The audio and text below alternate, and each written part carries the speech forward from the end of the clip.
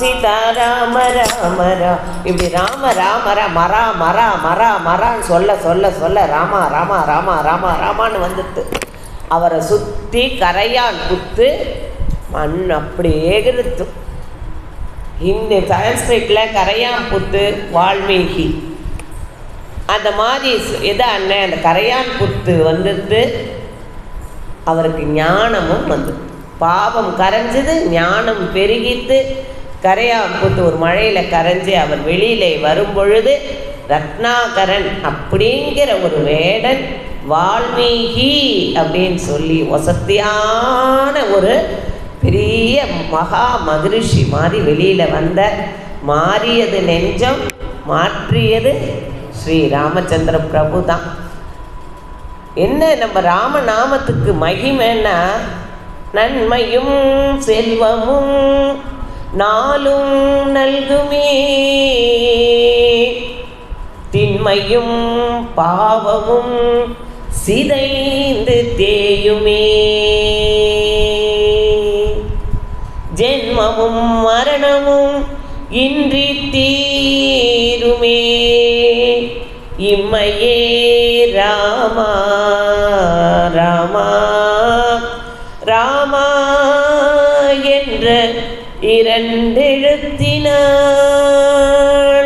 ஆழ்வார் சொல்றார், ராமாங்கிற 2 எழுத்து ஜென்ம மரணம் இல்லாமல் போய்டும். அடுத்து புனர்ஜென்மம் கிடையாது.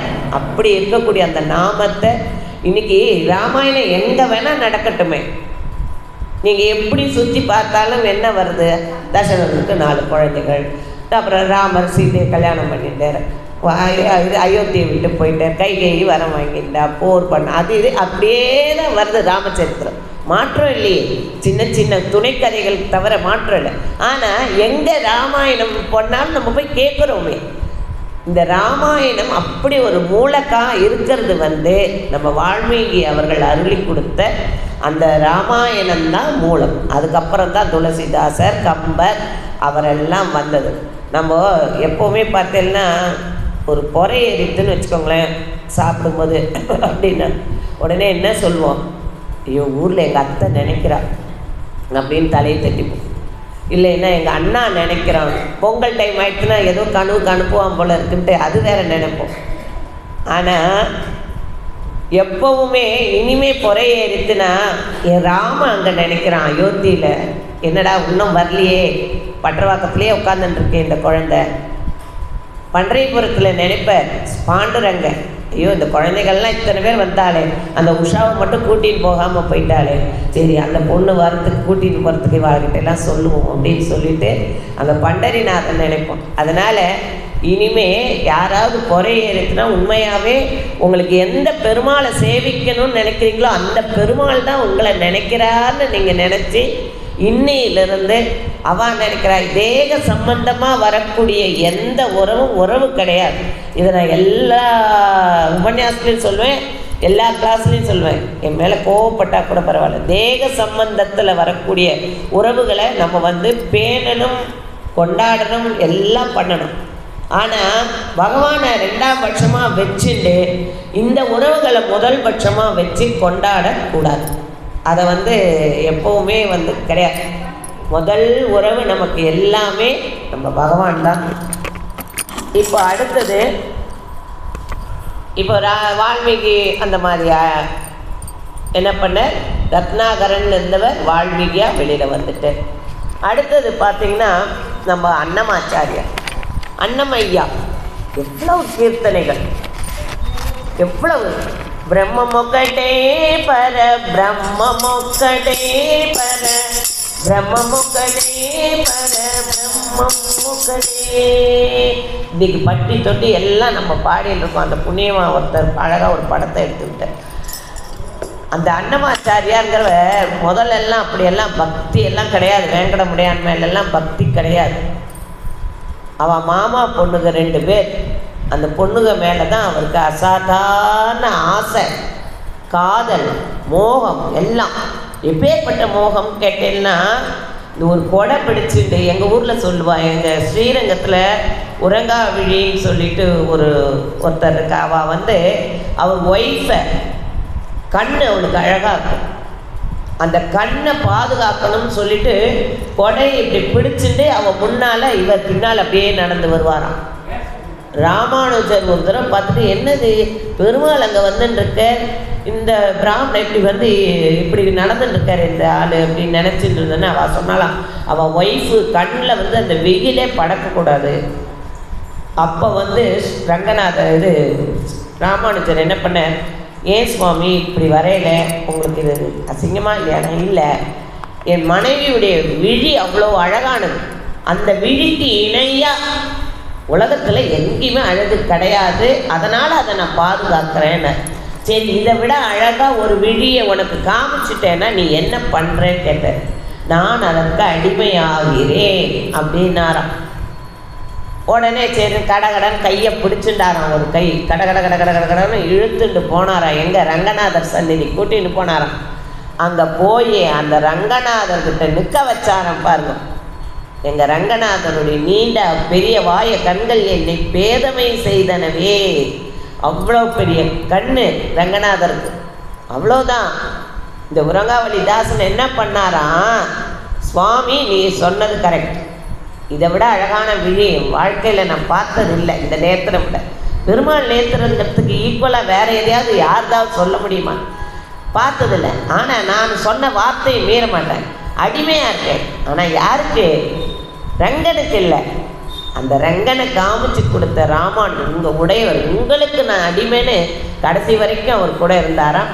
அது மாதிரி இந்த அன்னமாச்சாரியாருங்கிற அன்னமையா அந்த மாமா பொண்ணு 2 பேருக்கும் வெயில் படக்கூடாதுன்ட்டு கொடையை வச்சுட்டு எங்கே போனாலும் கொடையை பிடிச்சிக்கிறது, அவள் காலெல்லாம் படக்கூடாதுன்னு பூவை போடுறது, அந்த மாதிரி ஒரு ஆசை.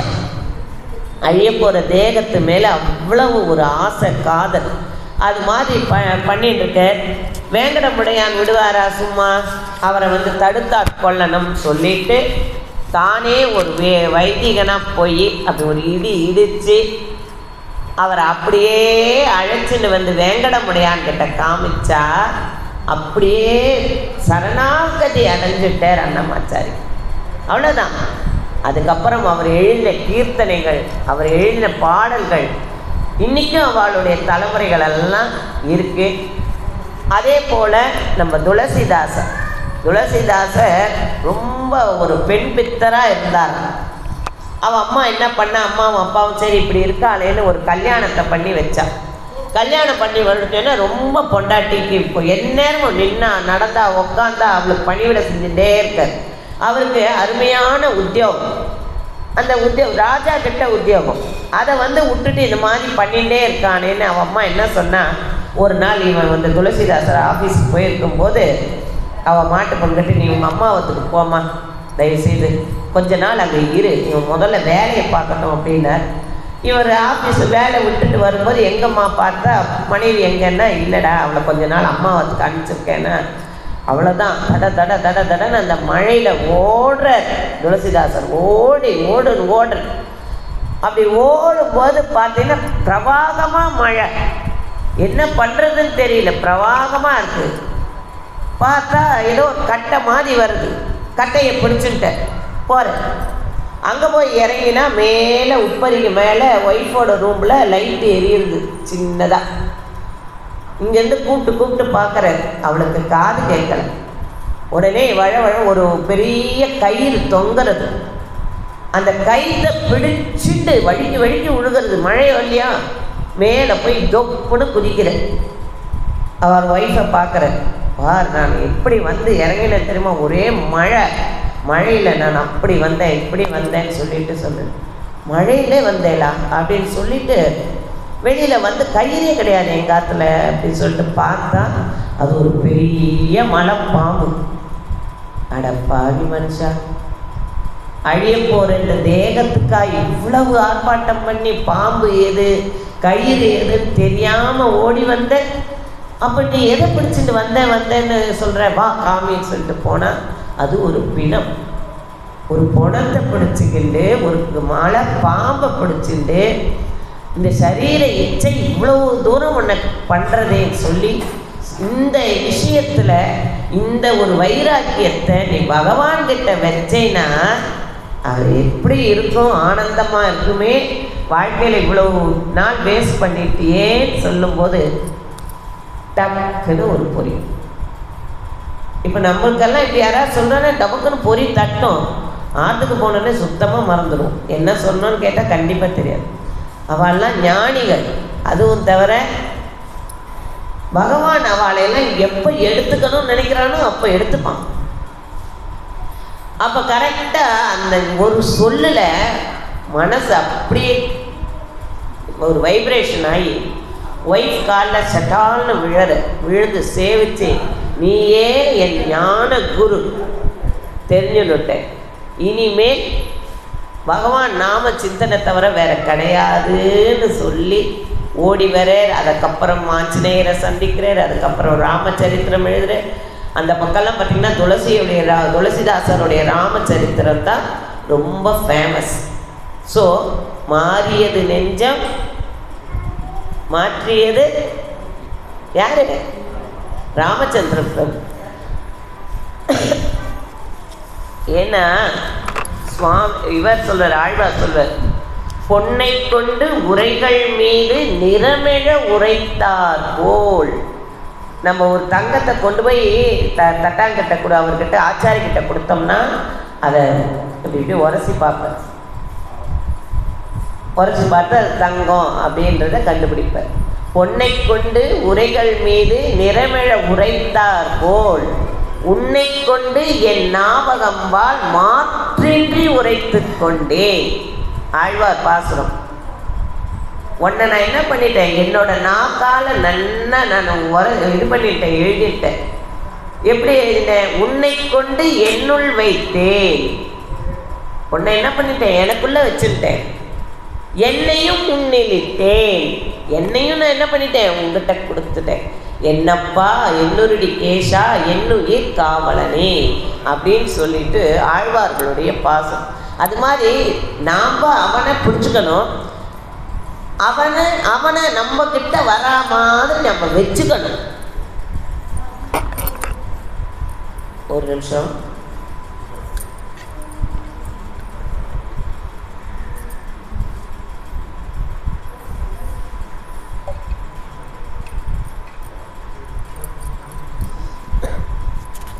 தொடர்ந்து இந்த நவராத்திரிக்கு போய் பாராயணம் பண்ணுறோமா, அது கொஞ்சம் தொண்டையெல்லாம் ஒரு இதாக இருக்குது.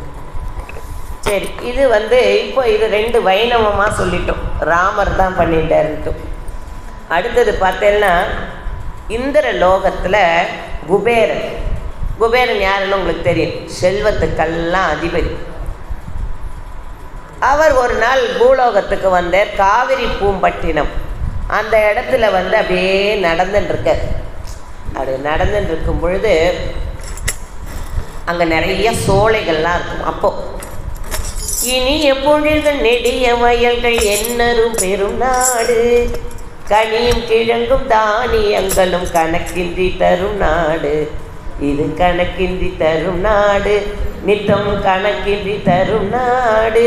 அந்த பக்கம்லாம் அந்த மாதிரி இருக்கக்கூடிய அந்த பூம்பொழிலெல்லாம் இருக்குது. மானா ஓடுறது, மயில் ஆடுறது, அந்த அழகெல்லாம் பார்த்துட்டு அங்கே ஒரு கோவில் வேறு இருக்குது, அந்த சிவன் கோவில் எல்லாம் பார்த்துட்டு ஆஹா எவ்வளவு அழகாக இருக்குது இந்த இடம், நாம் ஒரு ஜென்மம் இங்கே இருந்து கழிக்கணும்னு நினச்சிட்டேன். நம்ம எதை நினச்சி ஆசைப்படுறோமோ அதுவாகவே ஆகிடுவோம். அதை மட்டும் நல்லா வச்சுக்கோங்க.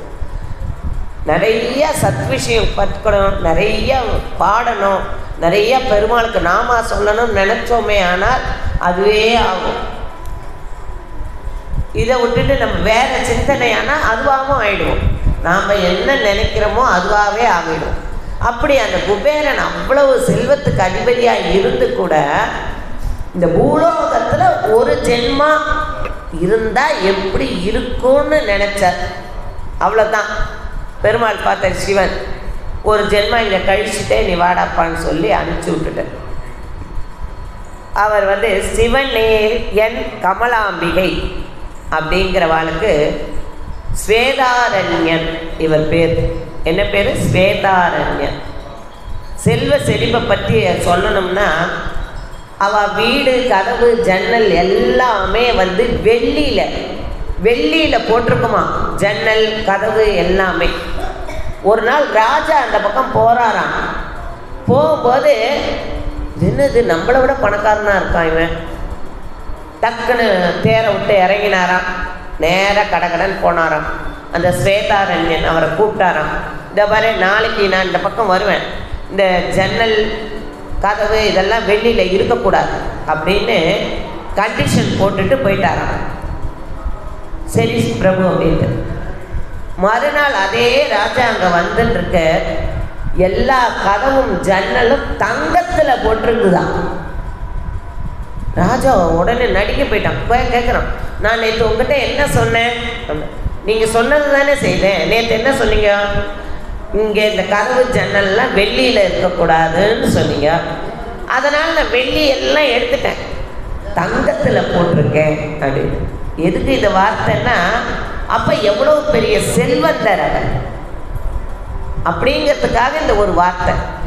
அந்த காலத்தில் பட்டினத்தார் அப்படின்னா இந்த மாதிரி பெரிய செல்வ செழிப்பு உள்ளவா. அந்த ஸ்வேதாரண்யன் அவருக்கு வந்து இன்னொரு பெயர் பட்டினத்தார். அது மாதிரி ஒரு அவ்வளோ செல்வ செழிப்பு. அவருக்கு சிவகலைன்னு நல்ல குணவதியான ஒரு மனைவி, குழந்தைகள் ரொம்ப வருஷம் குழந்தைகள். சிவனை நோக்கி ரொம்ப அழுகிறது. இவ்வளோ செல்வம் இருக்குது, அதை ஆள்றதுக்கு ஒரு குழந்தை வேணுமே, இல்லையேன்னு சொல்லி அழுகிற சிவபெருமான் மனசு ஒரு மாதிரி சரி இவர் ஏன்னா நேரம் ஆயிடுச்சு, தன்கிட்ட அழைச்சிக்கணும் இல்லையா.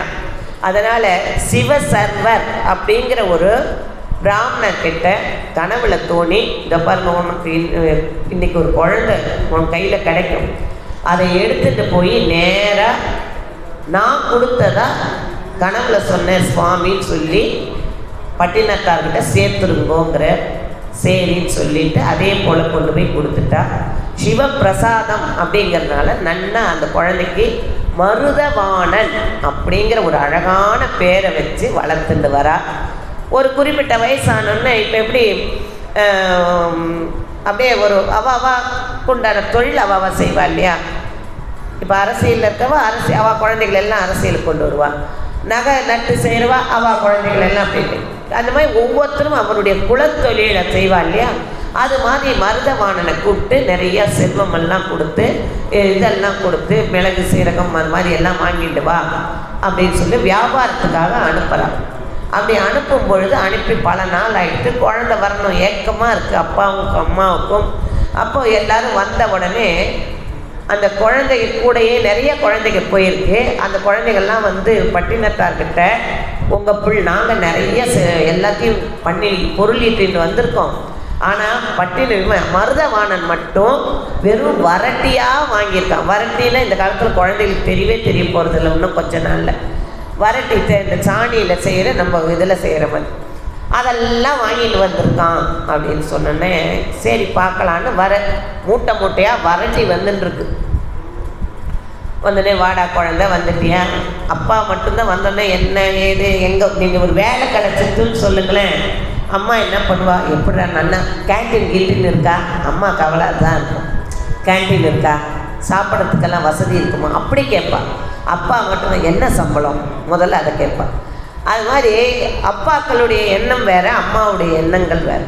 அப்படி இருக்கும்போது தாயோடு அறுசுவை உணவு போகும், அவ்வளோதான். அம்மாவோடு தான் அந்த சாப்பாடு போயிடும். அதனால் குழந்தை வந்தோடனே அப்பா அணைச்சிக்கிட்டு என்னடா கண்ணுன்னு ஒரு டப்பா கொடுக்குறான் குழந்தை. அவங்க பாக்ஸு, அந்த பாக்ஸில் 3 வரட்டி இருக்கு. என்ன இப்படி வரட்டியை கொண்டு வந்திருக்கானேன்னு எல்லாம் மூட்டையை பிரித்தாலும் அதுலேயும் வரட்டி தான் இருக்கு. என்ன உன்னை வந்து எல்லோரும் சொன்னது கரெக்டு தான், நீ உண்மையாகவே பைத்தியம் தான் பிடிச்சிட்டு ஒரு பைத்தியக்கார பிள்ளையை நான் பெற்றுட்டனே அப்படின்னு சொல்லி தலையில் அடிச்சுக்கிற திட்டுற. அவன் உடனே சொல்கிறான், அப்பா உங்களை மாதிரி அம்மா வந்து என்னை வந்து என்ன கொண்டு வந்திருக்கேன்னு நினைக்க மாட்டா, என் வரவை ஆவலோட காத்துட்ருப்பான், நான் போகிறேன்னு ஓடி போகிறான். குழந்தை போகும்போது போகிறேன்னு சொல்லிட்டு போகுது. சில வார்த்தைகள் எல்லாம் நம்ம குழந்தைகளுக்கெல்லாம் சொல்லி கொடுக்கணும். போயிட்டு வரேன் எங்கே சொல்லித்தரும், பை பை அந்த மாதிரி தான் சொல்லித்தரோம் இல்லையா? போயிட்டு வரோங்கிறது கிடையாது. எங்கேயாவது ஊருக்கு போன உடனே பெரியவாளை நமஸ்காரம் பண்ணணுங்கிறத சொல்லி கொடுக்கணும். நாமளே பண்ணுறது இல்லையே இல்லையா? நமஸ்காரம் இல்லை. ஒரு நல்ல நாள்னா ஆற்றுக்காருக்கு ஒரு நமஸ்காரம் பண்ணுறது எதுவுமே கிடையாது. அதான் உண்மையாக இருந்தாலும் வலிச்சாலும் ஒத்துக்கணும் இல்லையா? அது மாதிரி குழந்தைங்க போகிறேன்னு சொல்லிட்டு போகிறது. அப்போ இவர் சொல்கிறார் தன்னுடைய அசிஸ்டண்ட்டுக்கிட்ட, பாரு போகும்போது போகிறேன்னு சொல்லிட்டு போகிறான், அது கூட ஞானம் இல்லாமல் இருக்கேன்னு. சரி 3 வரட்டி, ஒன்று எனக்கு, ஒன்று எங்கள் ஆத்துக்காரிக்கு, இன்னொன்று பாட்டிக்கு, 3 அப்படின்னு சொல்லிட்டு விசிறி போடுறேன். வரட்டி விசிறி போட்டால் அதில் பொண்ணு, மணி, வைரம், வைடூரியம், மாணிக்கம், மரகதம், கோமேதகம்னு அத்தனை கற்கள் ஜொலிக்கிறது. எல்லா வரட்டிக்குள்ளும் அது மாதிரி அவ்வளவு செல்வம். சுச்சோன், நான் இத்தனை வருஷம் சம்பாதிச்சத குழந்தை ஒரே தடவை மாணிக்கம் போயிட்டு வந்து சம்பாதிச்சுடுத்தேன், இது தெரியாமல் திட்டேனேன்னு ஆற்றுக்கு ஓடி வர. அதுக்குள்ளே இங்கே அம்மா வந்து அம்மா கிட்ட போனால், குழந்தை வந்துட்டியாடா செல்லம், சாப்பிட்டியா பிடிச்சியா எல்லாம் கேட்டுட்டு, அப்பாவை பார்த்தியா சேவிச்சியா?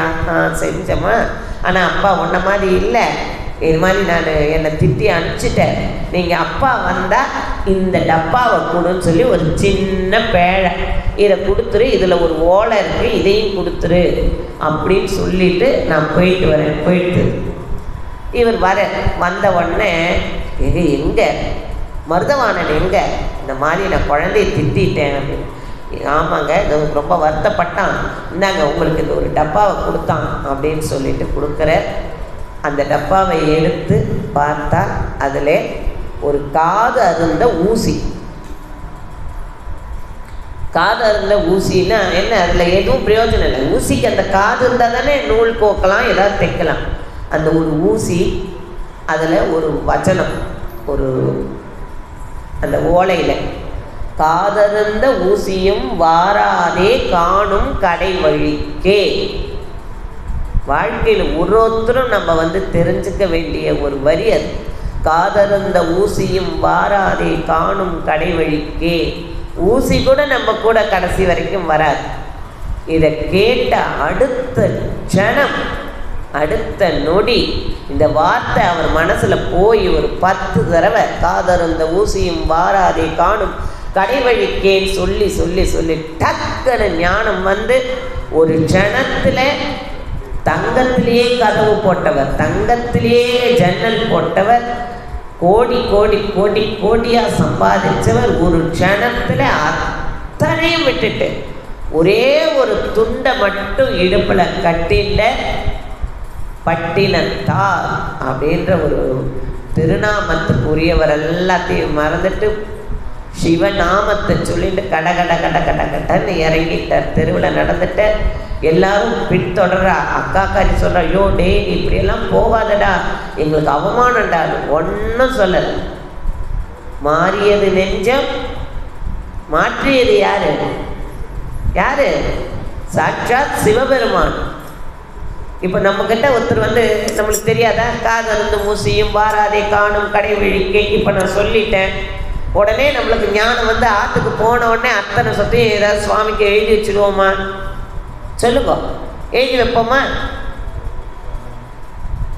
கடைசி வரைக்கும் நம்மளுக்கு ரூபாயா வரப்போகிறது அப்படின்னு டக்குன்னு போகும்போது ஒரு 100 ரூபாயை டக்குன்னு யாராவது வந்தால் கொடுத்துருவோமா மனசார? ஞானம் எல்லாருக்கும் வந்துடாது. ஒரு சொல் எல்லாரையும் மாற்றவும் மாற்றாது. அதுக்குன்னு ஒரு வேலை வரணும், அதுக்குன்னு ஒரு ஞானம் வரணும். அதை யார் கொடுக்கணும்னா சுவாமி தான் தரணும். நாராயணாங்கிற நாம எல்லார் வாயிலையும் வந்துடுமா? நாக்கு இருக்கே, இந்த நாக்கு நாம ருச்சி இருந்தால் தான் அந்த நாம வரும். இல்லைன்னு வச்சுக்கோங்களேன், சில பேர் இடத்துல பார்த்தீங்கன்னா பஜனை பாடும்போது பார்த்தீங்கன்னா அப்படியே ரொம்ப தப்பி தவறி கூட வாயில் வந்துடக்கூடாதுன்னு இப்படி இருப்பாள். இன்னும் சில பேர் பார்த்தீங்கன்னா கையை வேற இழுத்து கட்டிப்பா, எங்கேயாவது நம்மளே அறியாமல் கையை தட்டிடுவோமோன்னு சொல்லிட்டு. இந்த நாக்கு இருக்குது பாருங்கள், நாம ருச்சி வேணும்னு நினைக்கிற நாக்கு தான் இருக்கும். சில நாக்கெல்லாம் பார்த்தீங்கன்னா தயிர் சாத்துக்கு மாவடு சேர்த்திக்கலாமா, மாங்காய் சேர்த்திக்கலாமா, அந்த ருச்சியிலே இருக்கும். நமக்கெல்லாம் இந்த அளவுக்கு நாம ருச்சி இருக்குன்னா அந்த நாம ருச்சி தந்தவாளுக்கு ஒரு நமஸ்காரம் வைக்கணும். எப்போ இப்போ பட்டினத்தார் அழகாக மாறிட்டு செல்வத்தை எல்லாம் அதுக்கப்புறம் நிறைய கதை அவரை எக்கச்சக்கமாக பண்ண. நம்ம திருவெற்றியூரில் தான் அவர் வந்து தன்னுடைய இறுதி காலத்தில் இருந்த நமக்கு தெரியாது. என்னன்னு கேட்டிங்கன்னா நம்ம கிட்டையே எவ்வளவோ அதை பார்த்திங்கன்னா 108 திவ்ய தேசத்தில் பார்த்திங்கன்னா கிட்டத்தட்ட 6-7 நம்மளை சுற்றியே எத்தனை பேர் அதை உணர்ந்துட்டு இருக்கோம் சொல்லுங்க. எத்தனை பேர் அதை ரொட்டீனாக போயிட்டு இருக்கோம். தின்னனூர் பக்தவத்சலனுக்கு சம்ரட்சணம் ஆகி 24 நாள் ஆகுது. எத்தனை பேர் அதை போய் சேவிச்சுட்டு இருக்கோம். திருநீர்மலை, திருவள்ளூர், ஷோலிங்கர், எத்தனை திவ்ய தேசம் நம்மளை சுற்றி. சிவாஜியே வந்த காளிகாம்பாள் கோவில் எத்தனை. நம்ம சென்னையை சுற்றி எவ்வளோ இருக்கு. நம்ம திருவெற்றியூரில் தான் நம்ம பட்டினத்தார் அவர் அந்த கதையெல்லாம் உங்களுக்கு அப்படியே அது இன்னொரு நாள் ஏதாவது. இப்போ மெயின் டாப்பிக்கோடையே வந்துட்டுருக்கேன். மாறியது நெஞ்சம் மாற்றியது யாரோ அப்படின்னா சிவன். சீடோ ஒரு நிமிஷம் வாய்.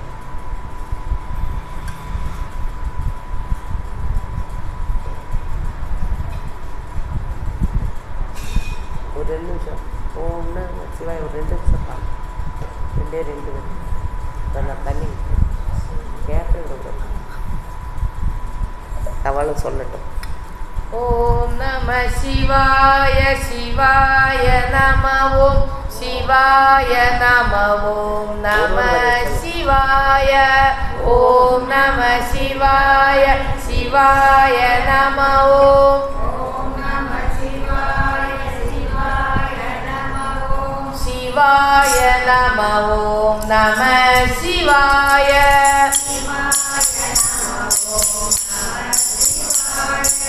ஓம் நம சிவாய சிவாய நம ஓம் சிவாய நம ஓம் நம சிவாய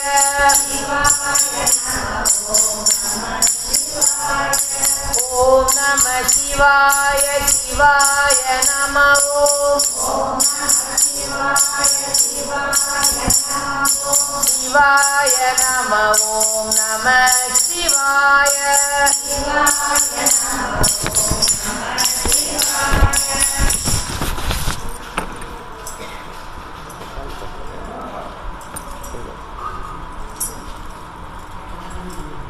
அடுத்தது அருணகிரிநாதர். இவர் சரித்திரம் எத்தனை பேருக்கு எல்லாருக்குமே தெரியும். இருந்தாலும் எம்பாணியில் சொல்லணும். 15ஆம் நூற்றாண்டில் இருக்கிறோம். திருப்புகழை பாட பாட வாய் மணக்கும், வாழ்க்கையே மணக்கும். திருப்புகழை பாடினோம்னா வாழ்க்கையே மணக்கும். அது மட்டும் இல்லை, அவர் கந்தர் அலங்காரம், நம்ம இப்போ படிக்கிற அந்த வேல் விருத்தம், சேவல் விருத்தம், திருத்தணியில் உதித்தருளும் ஒருத்தன் மலை விருத்தன் என துளத்தினுடைய கருத்தன்மையில் நடத்து குகன் வேலேன்னு இன்னைக்கு பாடுறோமே, அந்த வரிகள் ஒன்னொன்னும் அவர் நமக்கு கொடுத்தது. முருகன் அப்படின்னாலே நம்மளுக்கு யார் தான் நினைவு வரும்? அருணகிரிநாதர் தான் நினைவுக்கு வரும். இந்த பஞ்சஸ்தலமாக இருக்கக்கூடிய அக்னிஸ்தலமாக இருக்கக்கூடிய திருவண்ணாமலையில் பிறந்தவர். அவள் அப்பா அம்மா பற்றின டீட்டெயில் எல்லாம் அவ்வளவா தெரியல. அக்கா மட்டும் முத்தருக்கா. அந்த அக்கா பேர் முத்தம்மை. அவள் தம்பிக்காகவே திருமணமே செய்துக்காம தம்பியை நல்லபடியாக வளர்க்கணும். இந்த அருணகிரிநாதரும் பெரிய பணக்காரர் தான். எல்லாம் பாருங்க எவ்வளோ பெரிய இதுன்னு, நல்ல செல்வந்தர். குழந்தைக்கு அப்பா அம்மா இல்லை, அப்பா அம்மா இல்லை, அப்பா அம்மா இல்லைன்னே சில குழந்தைகளை குடிச்சவராக வளர்த்துருவோம் நம்ம. அது மாதிரி இவ அக்கா செல்லம் கொடுத்து கொடுத்து கொடுத்து கொடுத்து கொடுத்து கொடுத்து ரொம்ப கெட்ட குழந்தையாக வளர்ந்துருக்கு. எல்லா கெட்ட பழக்கமும், முக்கியமாக பெண்கள் விஷயத்தில் ரொம்ப மோசமான ஒரு பிள்ளையாயிட்டார். பணம் வேறு நிறையா இருக்குது, விலைமாத சகாசம், அந்த மாதிரி ரொம்ப மோசமாக போயிட்டுருக்கார். இந்த அருணகிரிநாதர் சரித்திரம் சொல்லும் பொழுது நம்மளுக்கு சில சமயம் கஷ்டமாக இருக்கும். ஆனால் அதை நம்ம கண்டிப்பாக சில விஷயம்லாம் கேட்கும்போது இப்போ நம்ம ராவணனை பற்றி சொல்லும்போது இப்படி இருக்கக்கூடாது அப்படிங்கிறதுக்காக அந்த கேரக்டரையும் நம்ம தெரிஞ்சுக்கிட்டு தான் ஆகணும். சிசுபாலனை சொல்லும்போது இப்படி யோசிக்கக்கூடாது இவனை மாதிரின்னு நம்ம கேட்டுக்கணும். அர்ஜுனனுக்கு சொல்கிற அதே டைமில் சிசுபாலன் கதையும் நம்ம கேட்டு தான் ஆக வேண்டியதாக. அது மாதிரி அருணகிரிநாதருடைய முன் சரித்திரத்தை திருப்புகழை பற்றி நம்ம சொல்கிற அதே டைமில் அவருடைய முன்னுடைய கதைகளையும் கேட்டால் தான் நம்ம முருகன் எப்படி அவரை தடுத்தாற் கொண்டான்னு நமக்கு தெரியும். அப்படி அவர் ரொம்ப விலைமாத சகவாசம் ஜாஸ்தி ஆயிடுச்சு. உடனே எல்லாரும் என்ன பண்ணுவாங்க, பேரண்ட்ஸுக்கே உள்ள ஒரு இது, அக்காவும் அம்மா மாதிரி தானே, பிள்ளை ரொம்ப மோசமாக அயோக்கியனாக இருப்பான், ஆனால் ஒரு கால் கட்டு போட்டால் சரியாக போயிடும்னு அந்த ஒரு பொண்ணோட வாழ்க்கையும் கெடுத்துருவோம் நம்ம. அது மாதிரி அந்த குழந்தை அந்த பிள்ளைக்கு ஒரு கல்யாணத்தையும் பண்ணி வச்சுடுறான். கல்யாணம் பண்ணி வச்சா அப்பவும் அவர் மாறலை. ஸோ மொத்தம் காசு பணம் எல்லாத்தையும் கொண்டு போய் விலைமாதர்கள் மேலே தேக கட்டு, அவருக்கு அவ்வளோ அழகாக இருப்பார் அருணகிரிநாதர். அப்படி கொண்டு போய் எல்லா பெண்கள் காலடியிலையும் போட்டு எல்லா பைசாவும் கரைஞ்சிட்டு மாளிகையில் இருந்தவா ஒரு குடிசை வீட்டுக்கிட்ட வந்துட்டா. அப்போ கூட அவர் அவர் குணத்தை மாற்றிக்கல. இல்லாலும் வேண்டாம்னு என்னமோ சொல்கிற மாதிரி வீட்டில் பைசா இல்லைன்னா வீட்டிலே எவ்வளோ சண்டை வரும். அப்போ அவெல்லாம் ஒத்துப்பாளா இல்லையா? உடனே கதவை சாத்தடி, கையில் காசு இல்லாதவன் கடவுளானாலும் கதவை சாத்தடி. அந்த நிலையில எல்லாருக்கும் இவரை வெறுத்துட்டார். சரி, வெறும் காசு இல்லாமல் போச்சா அவருக்கு, உடம்பு பூரா தொழுநோய் வந்துருச்சு. அந்த தொழுநோய் குஷ்டம் அது மாதிரி ஆயிடுச்சு. அது ஒரு ஆளை கொள்ற வியாதி இல்லையா, எல்லாருமே அருவருப்பு படக்கூடிய ஒரு வியாதி இல்லையா. அது வந்த உடனே எல்லாரும் இவரை வெறுக்க ஆரம்பிச்சுட்டாங்க.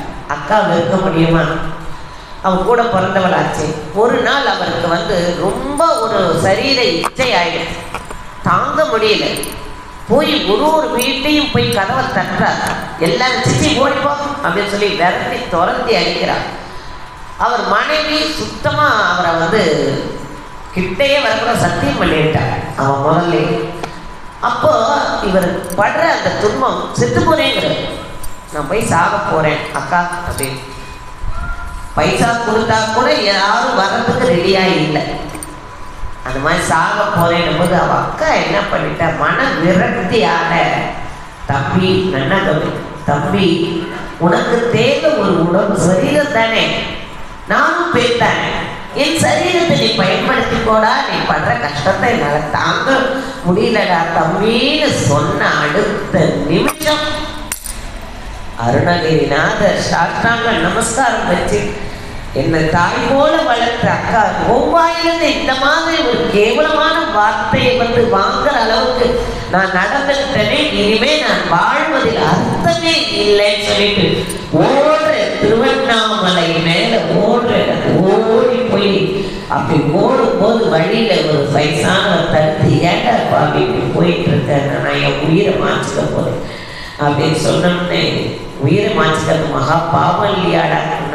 கிடையாது, என்னுடைய வாழ்வே பேசு, நான் இந்த சரீரம் எடுத்ததே பேசு, அந்த சரீரத்தால் யாருக்கும் பயனில்லை, எனக்கும் பிரயோஜனம் இல்லைன்னு சொல்லிட்டு சொல்லும்போது அந்த முருகனையாவது நினைச்சுக்கோ, எல்லா கஷ்டத்தையும் முருகன் திருவடியில போடுறான்னு சொல்லிட்டு மறந்துடுவார். இவர் ஓடினவர் மேல இருந்து உள்ளும்போது முருகான்னு சொல்லிட்டு குதிக்கிறார். அப்படியே ஒரு கை தாங்கிக்கிறது. அது வேற யாரும் இல்லை, சாட்சாத் முருகப் பெருமான். கூப்பிட்ட குரலுக்கு யார் வந்தது, யார் வருவார்? சண்முக கடவுளை தவிர யார் வர முடியும்? அந்த காருண்யம் அப்படியே அப்படியே அந்த மயக்கல்ல உட்கார்ந்த உடனே என்ன பண்றதுன்னு தெரியல. இதுக்கு நம்ம பிறந்தோ தெரியாது. சில சமயம் நமக்கே ஒரு விரக்தி வரும். எல்லாருக்கும் உண்டு. உட்காந்துட்டு கொஞ்சம் திடீர்னு அழுகையா வரும் நமக்கே. என்னடா வாழ்க்கையில் என்னத்துக்கும் அழுவோம், எதுக்கு அழுவோம்னு தெரியாது. அந்த டைம்ல நீங்க உட்கார்ந்து திருப்புகள்ல ஒரு வரி பாடி பாருங்க, அத்தனை துன்பமும் மறைச்சு போயிடும். இப்போ எல்லா இடத்துலையும் ஆன்லைனில் எல்லா இடத்துலையும் திருப்புகழ் சொல்லித்தர தமிழ் தான். நல்ல இனிமையான சத்த வரிசையில் இருக்கக்கூடிய அதிக சத்த தாளத்தட்டு இருக்கக்கூடிய ஒரு பாடல் நம்ம திருப்புகழ் தான். அந்த மாதிரி வரும்போது திடீர்னு பார்த்தா முருகப்பெருமான் என்ன சொல்றாரு, ஒரு வயதான ரூபத்தில் வந்து இது மாதிரி நீ யார் எதுக்கு காப்பாற்றினீங்கன்னு சொல்லும்போது, இரு சும்மா இரு. உண்மையாகவே சொல்கிறேன், ஒரு படத்தில் வடிவேல் சொல்வார், சும்மா இருக்குது எவ்வளோ கஷ்டம் தெரியுமா, உண்மையாகவே கஷ்டம்.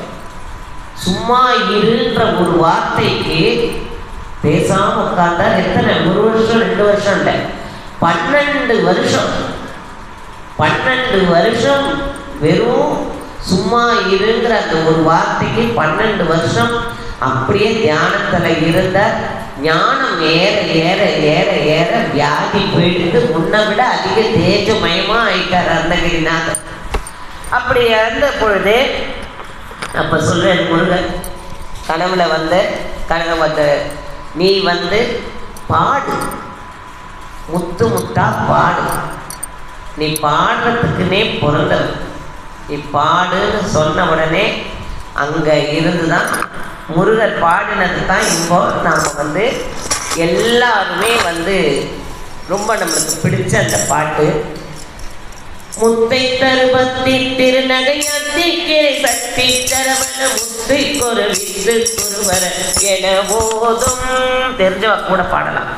முத்தை தருவத்தி திருநகையத்திக்கிரை சக்தி தரவன முத்தி கொருவித்து குருவர என போதும் முக்கட்பரமர்க்கு சுருதியில் முற்பட்டது கற்பை திருவரு 30 மூவர்க்கு அமரரும் அடிப்பேன 10 தலை கத்த கணிதொடு ஒற்றை கிரி மத்தை பொறுதொரு பட்ட பகல் வட்ட திகிரி இரவாக பக்தன் விரதத்தை படவிய பச்சை புயல் மெச்ச தகுபொருள் பட்சத்துள் தட்டி தருவதொரு நானே திக்கித்தைய ஒத்த பரிபுர நித்த பதம் வைத்து பைரவி திக்க கணதுக்க கழுதொடு கழுதாட திக்கு பரியட்ட பைரவ தொக்கு தொகு தொக்கு தொகு தொகு சித்த பகுதிக்கு ஸ்ரீகடவென போத கொத்து பறி கொட்ட கலமிசை குக்கு குகு குக்கு குகு குத்தி புதை புக்கு பிடியன முதுகூகை கொட்புற்ற நட்புற்றுணவரை வெட்டி பணியிட்டு குலகிரி கொத்து படவத்த பெருவன பெருமானே பெருமானே. அப்படி முதல்ல பாடினது தான் திருப்புகழ். அதுக்கப்புறம் வயலூருக்கு வான்னு சொல்லி முருகர் சொல்ல, அதுக்கப்புறம் போய் எல்லா அறுவடை வீட்டையும் அவர் வந்து பாடியிருக்க அந்த பாடல் எல்லாம் தான் திருப்புகழாக தொகுப்பாச்சு. அப்படி ஒரு பெண் பித்தனா, பெண் மேல் பேராசை வச்சுருந்த ஒருத்தனை ஒரு க்ஷணத்தில் மாற்றி தன்னை ஆட்கொண்டதோடு இல்லாமல் எல்லாரும் வாழ்கிறதுக்கு வழி இதெல்லாம் என் சுவாமி ஏன் இப்படி பண்ணுற, நமக்காக தான். ஒரு திருப்புகழ் பாடினீங்கன்னா நீங்கள் நினைக்கிற செல்வம் வரும், வீரம் வரும், ஆரோக்கியம் வரும், ஐஸ்வர்யம் வரும், குழந்தை பேர் வரும், அத்தனையும் திருப்புகழில் இருக்குது. அதனால் நமக்காக வேண்டி நமக்கு ஒன்று தரணுங்கிறதுக்காக பகவான் ஒரு கருவியாக தான் இந்த பெரியவான்லாம் நமக்கு கிடைச்சிருக்கார். அதனால் அவரை ஆட்கொண்டது மாறியது நெஞ்சம், மாற்றியது யாருங்க? சாட்சாத் முருகப்பெருமான். சரி, இப்போ சும்மா இரு அப்படின்ற ஒரு வார்த்தை இப்போ எல்லாரும் எல்லாத்தையும் சொன்ன சும்மா நம்ம கேட்டுடுவோமா சொல்லுங்க? நமக்கும் அந்த ஞானம் வரணும், வந்தால் தான் நம்ம கேட்போம். சரி, இதெல்லாம் இப்போ எப்போ நடந்தது நமக்கு தெரியுதா தெரியலையான்னு தெரியல. இப்போ கலியுகத்தில் யாருக்காவது முத்தையானா யாருன்னு தெரியுமா? முத்தையா உங்களுக்கெல்லாம் ரொம்ப தெரிஞ்சவா, சொல்லுங்க பார்ப்போம். தெரியுமா? முத்தையா யாருன்னு தெரியுமா?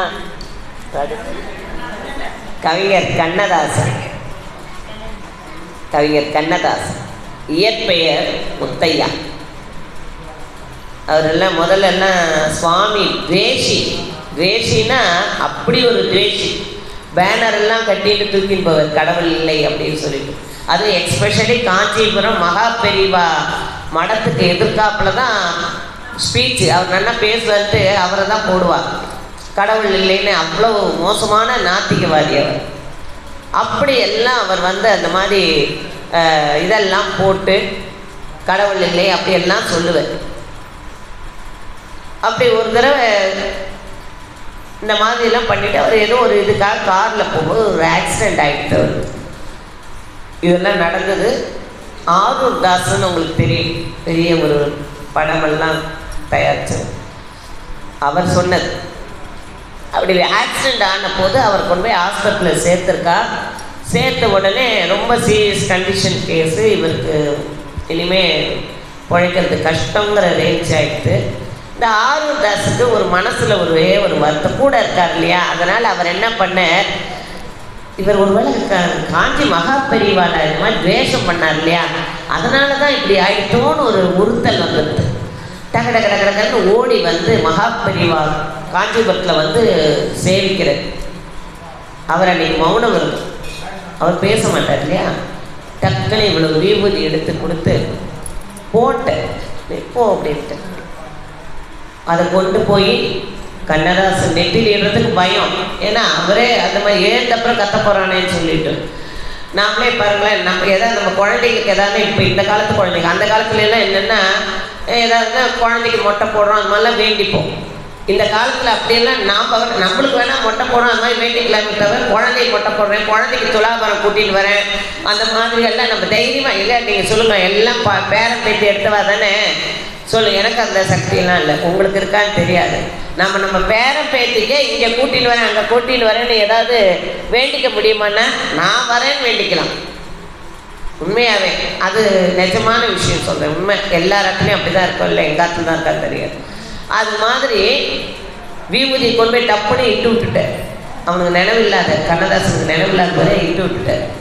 இட்டு விட்டுட்டு தலைமாட்டு கடையில் நல்லா பொட்டலமாக ஒரு 5-6 பொட்டலம் கட்டி அடியில் வச்சுட்டு, நீ ஆச்சு உன் ஆச்சாரியன் ஆச்சு நினச்சிட்டு பிலீவ் ஆர் நாட் கொஞ்சம் கொஞ்சமாக அவருடைய உடம்பு அப்படியே தேறிண்டு வந்து படிப்படியாக ஆகிடுது. டிஸ்சார்ஜ் ஆகும்போது தான் அவருக்கு தெரியுது தலைமாட்டு கடையில் விபூதி எல்லாம் கொண்டு வந்து வச்சிருக்கு. இல்லை கேட்குறாரு ஆகும். நல்லா தெரிஞ்சுக்கோங்க, ஞானம் வந்தால் நமக்கு வந்து யாரும் சொல்ல வேண்டாம், பகவான் நம்மளை அப்படி தூக்கிக்கணும்னு நினச்சுட்டான்னு வச்சுக்கோங்களேன், யாரு ரெக்கமெண்டேஷனும் தேவையே கிடையாது. அது மாதிரி தெரிஞ்ச உடனே அந்த விபூதி இது மாதிரி கொண்டது மகா பெரிவா ஆசீர்வாதம் பண்ணி கொடுத்தேன்னு ஒரு க்ஷணத்தில் ஞானம் வந்தது. அவ்வளோதான். கண்ணனை பற்றி எழுதி அதுக்கப்புறம் அவ்வளவு அழகாக கண்ணனை வந்து கொண்டாடினவா யாருமே கிடையாது. அர்த்தமுள்ள இந்து மதம் எப்பேற்பட்ட ஒரு புக்கு அது.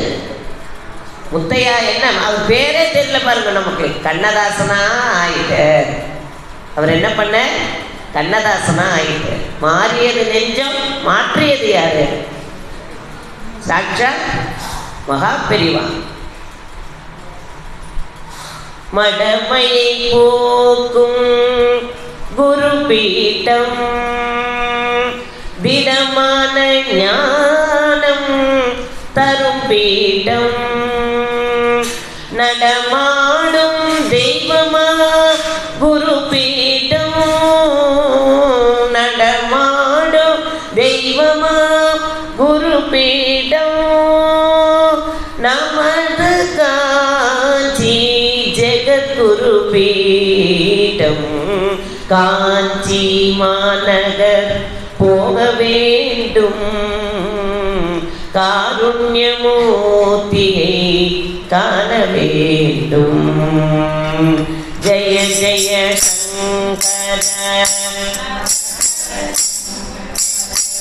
ஜெய. பாருங்க, இப்பதானே சொன்னேன், நம்ம அந்த ஜெய ஜெய சங்கர சொல்றது அரகர சங்க சொல்றதுக்கு எதுக்கு அரகர சங்கர நல்லா தான் சொல்லுவோமே. ஜெய ஜெய சங்கர ஜெய ஜெய சங்கர ஹர ஹர சங்கர ஜெய ஜெய சங்கர சங்கர ஹர ஹர சங்கரா. இப்போ கண்ணதாசன் சொன்ன உடனே அவருக்கு 2 பொண்டாட்டி 3 பொண்டாட்டி மது, அதெல்லாம் நமக்கு தேவையில்லை. அவர் ஒரு சரித்திரத்தில் எழுதியிருக்க, என்னுடைய வாழ்க்கையை பின்பற்றாதீர்கள், என் வார்த்தைகளை பின்பற்றுங்கள், அப்படி எழுதியிருக்க. நம்ம அதெல்லாம் விட்டுடலாம். அவர் எழுதினாரு ஒரு இதெல்லாம் பார்த்தீங்கன்னா, அதுக்கப்புறம் கண்ணன் பாட்டுன்னு அவர் தான். மூடவர்களை நடக்க வைக்கும் பிருந்தாவனம், மூடர்களை அறிய வைக்கும் பிருந்தாவனம், குருடர்களை காண வைக்கும் பிருந்தாவனம், ஊமைகளை பேச வைக்கும் பிருந்தாவனம், அடையாத கதவிருக்கும் சந்நிதானம், அஞ்சாத சொல்லிருக்கும் சந்நிதானம், சந்நிதானம் கண்ணன் சந்நிதானம், சந்நிதானம். கண்ணன் வந்தான் இங்கே, கண்ணன் வந்தான். இந்த மாதிரி மூடர்களை அறிய வைக்கணும். மூடன் அவரை தான் சொல்லிக்கிறேன். அந்த அதனால இவ்வளவு எல்லாம் சொல்லிட்டேன் உங்களுக்கு. அப்போ இதெல்லாம் தாண்டி ஒரு உண்மையாகவே உங்களுக்கு தெரிஞ்ச மாதிரி ஒருத்தர் சொல்லணும் இல்லையா? ஒரு 8 வருஷம் முன்னால லலிதா சகஸ்ரநாமம்னாலே என்ன தெரியாது, நாராயணின்னா என்னன்னே தெரியாது. வெறும் திருப்பாவத்திலையும் ஆழ்வார் பிரபந்தத்தில் ஒரு 4 தெரியும். அப்படி இருந்த புத்திய இப்படி ஆச்சாரியனுடைய ஸ்டேஜில் கொண்டு வந்து உட்காத்தி வச்சிருக்க சுவாமி. 8 வருஷம் முன்னால எந்த ஞானமும் கிடையாது. வேலைக்கு போகணும், சம்பாதிக்கணும், குடும்பத்தை எப்படி இருந்தவளை ஒரு சூழ்நிலையால் நம்மளை கொண்டு போய் மடிவாக்கத்தில் தள்ளின சுவாமி. அங்கே இருந்து ஒரு குரு கிருபை இல்லைன்னு வச்சுக்கோங்க, எதுவும் கிடையாது. குரு கிருபா அஞ்சனை, இந்த குரு கிருபைங்கிற மையை இட்டுட்டோம்னா வாழ்க்கையில் எந்த கஷ்டம் கிடையாது. அவள் கையை பிடிச்சிட்டே போயிடலாம். அந்த மாதிரி ஒரு குரு கிடைச்சதுனால மடிப்பாக்கத்தில் திருமதி லக்ஷ்மி வெங்கட்ராமன்னு அவள் கிருபையால் எல்லாம் கற்றுண்டு அதை திருப்பியும் அங்கிருந்து வரக்கூடிய ஒரு சூழ்நிலை பற்றவாக்கத்துக்கு எதற்கு அனுப்பிச்சார் தெரியாமல் இங்கே வந்தது. ராயர் சந்நிதி நான் சேவித்ததே இல்லை, உண்மைதான் சொல்கிறேன், சேவித்ததே கிடையாது. இந்த 1.5 வருஷமாக அவருக்கும் எனக்கும் இருக்கக்கூடிய ஒரு பாண்டிகை அந்த மாதிரி அவ்வளோ ஒரு இது. அதனால் சுவாமி நினைச்சார்னால் எப்பேற்பட்ட மூடர்களையும் அறிவாளியாக்குவர், ஊமையை பேச வைப்பர். சிலதெல்லாம் திருந்தாத ஜென்மங்கள் இருந்தென்ன லாபம் மாதிரி.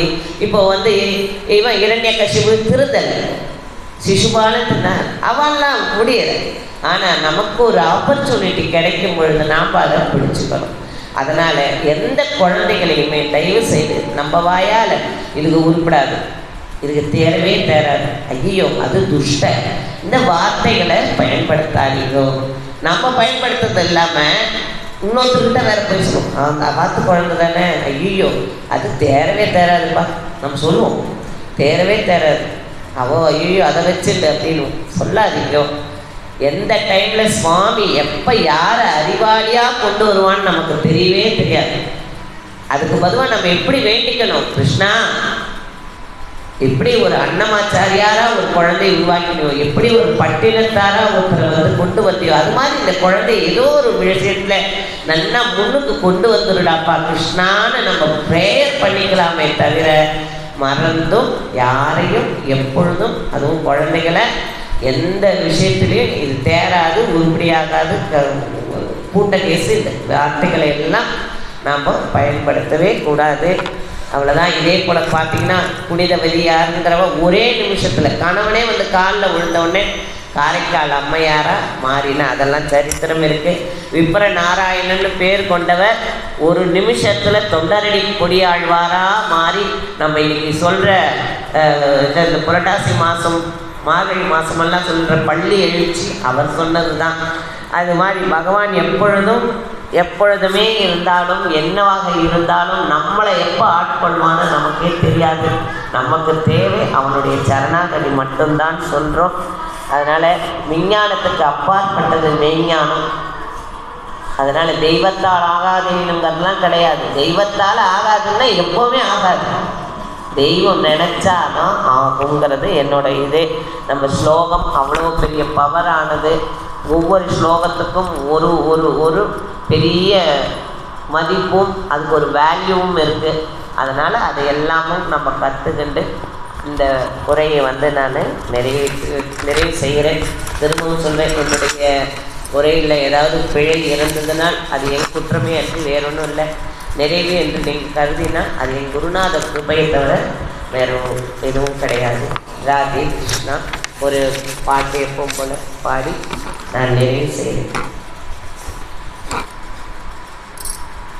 கண்ணாவும் சந்நிதியில் நானும் இடம் பெற வேண்டும், கருணையுடன் எனக்கு அருள்வாய். காலடியில் நான் இருக்க, காலமெல்லாம் தொழுதிருக்க, தகுதியை எந்தனுக்கு அருள்வாய். புல்லாங்குழல் உனது கைகளில் தவழ்ந்திருக்க, புண்ணியம் செய்ததென்ன வியந்தேன். காட்டிலே வாழ்ந்தது வீட்டினை விட்டு விட்டு, கஷ்டம் மிக ஏற்றதனை உணர்ந்தேன். அங்கமெல்லாம் சீவி சீவி அறுத்தன துண்டு துண்டாய், அனலில் இட்டு அதை வாட்டி துளைத்தனர் உடல் முழுதும். சலித்தது அத்தனையும் கிடைத்தது கண்ணா உன் ஸ்பரிசம்.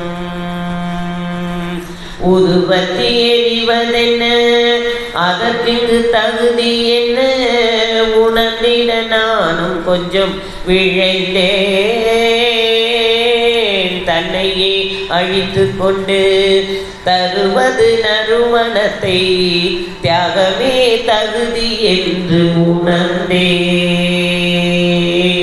பற்றியது கற்பூரம், சுற்றியது தட்டோடு, காட்டியது முன்னுருவை கண்ணா. எரிந்தது கற்பூரம், எதுவுமே மிச்சமில்லை, தெரிந்தது தேவையான தகுதி. தெரிந்தது தேவையான தகுதி, தெரிந்தது தேவையான தகுதி. ராதே கிருஷ்ணா. இன்னும் கொஞ்சம். ராதே கிருஷ்ணா, ராதே கிருஷ்ணா. ராம ராம ராம ராம ராம ராம ராம், ராம ராம ராம ராம ராம ராம ராம், ராம ராம ராம ராம ராம ராம ராம், ராம ராம ராம ராம ராம ராம ராம், சீதாராம ராம ராம், ராஜா ராம ராம ராம். இந்த ஒரு அருமையான வாய்ப்பை எனக்கு ஏற்படுத்தி கொடுத்த அண்ணாக்கு என்னோட கிருதியை தெரிவிச்சுக்கிறேன். இதை இவ்வளோ நேரம் பொறுமையாக செவிமடுத்தவங்க எல்லாருக்கும் என்னோட கிருதியை தெரிவிச்சுக்கிறேன். ராதே கிருஷ்ணா.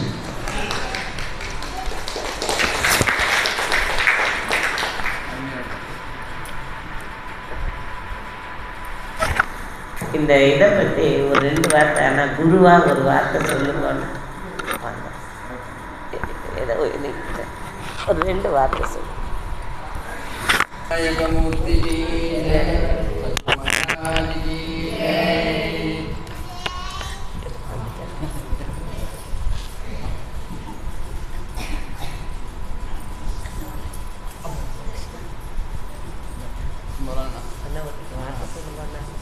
ரெண்டு வார்த்தை ஆசை சொல்லுவாங்க.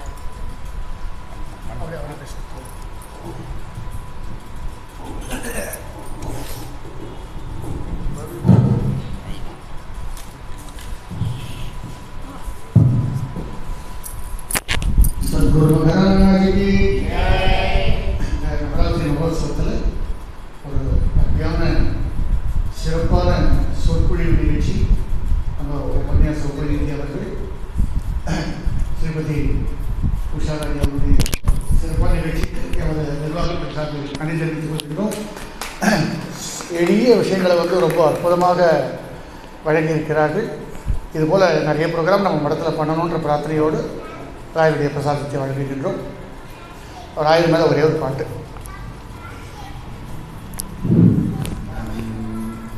ಮಂತ್ರಾಲಯದಲ್ಲಿ ವಸಿಸುವ ಗುರುಗಳ ಮನಮುಟಿ ಭಜಿಸೋ ಮಾನವ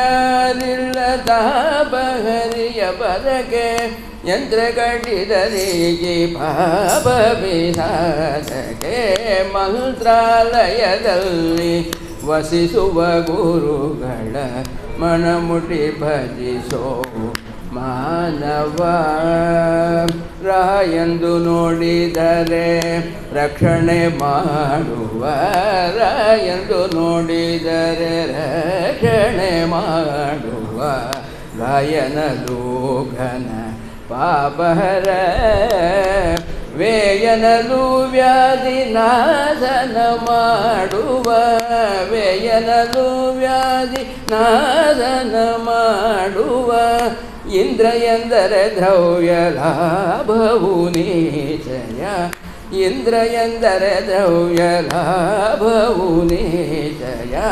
ಮಂತ್ರಾಲಯದಲ್ಲಿ ವಸಿಸುವ ಗುರುಗಳ ಮನಮುಟಿ ಭಜಿಸೋ ಮಾನವ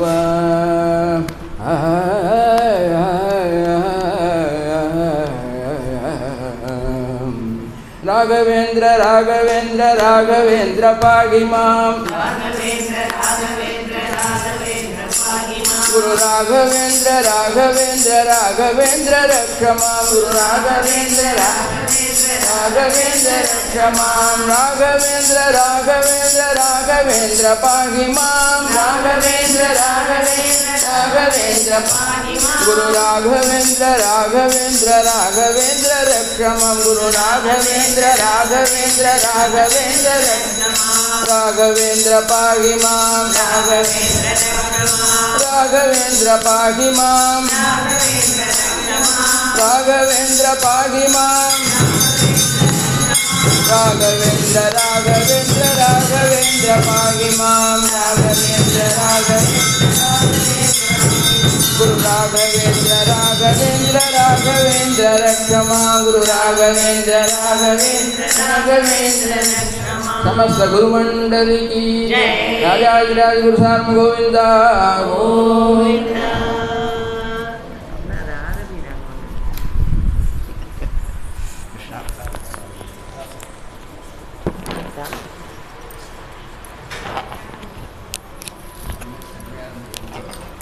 நிறைய விஷயம் தெரிஞ்சிட்டோம்.